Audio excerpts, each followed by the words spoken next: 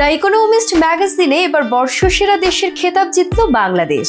একজন স্বৈর শাসককে ক্ষমতাচ্যুত করা এবং আরো উদার সরকার গঠনের পথে অগ্রসর হওয়ায় তারা বাংলাদেশকে বেছে নিয়েছে বছরের সেরা দেশ হিসেবে। তাদের বিচারে বিগত 12 মাসে সারা বিশ্বে সবচেয়ে বেশি উন্নতি করেছে বাংলাদেশ। প্রতিবেদন থেকে জানা গেছে এবারের সেরা দেশ বেছে নেওয়ার ক্ষেত্রে চূড়ান্ত তালিকায় ছিল বাংলাদেশ, সিরিয়া, আর্জেন্টিনা, দক্ষিণ আফ্রিকা ও পোল্যান্ড। এর মধ্যে থেকে দ্য ইকোনমিস্টের সংবাদদাতাদের মধ্যে বিতর্কের মাধ্যমে বেছে নেওয়া হয় সেরা দেশ। এতে বর্ষসেরা দেশ নির্বাচিত হয় বাংলাদেশ এবং রানার আপ হয় সিরিয়া।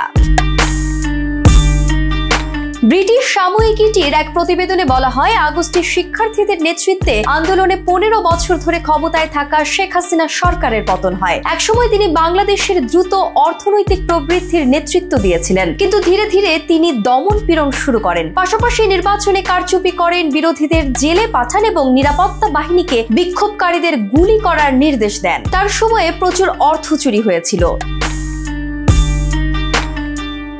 ইকোনমিস্টের প্রতিবেদনে আরো বলা হয়, বাংলাদেশের প্রধান বিরোধী দল বিএনপি দুর্নীতিপ্রবণ, দেশটিতে জঙ্গিদের হুমকি রয়েছে। তবু এই পরিবর্তন এখনো পর্যন্ত উৎসাহবাঞ্জক। নোবেল শান্তি পুরস্কার বিজয়ী মোহাম্মদ ইউনূসের নেতৃত্বে একটি অস্থায়ী সরকার ছাত্র, সেনাবাহিনী, ব্যবসা এবং নাগরিক সমাজের দ্বারা সমর্থিত। এটি শৃঙ্খলা পুনরুদ্ধার করেছে এবং অর্থনীতিকে স্থিতিশীল করেছে।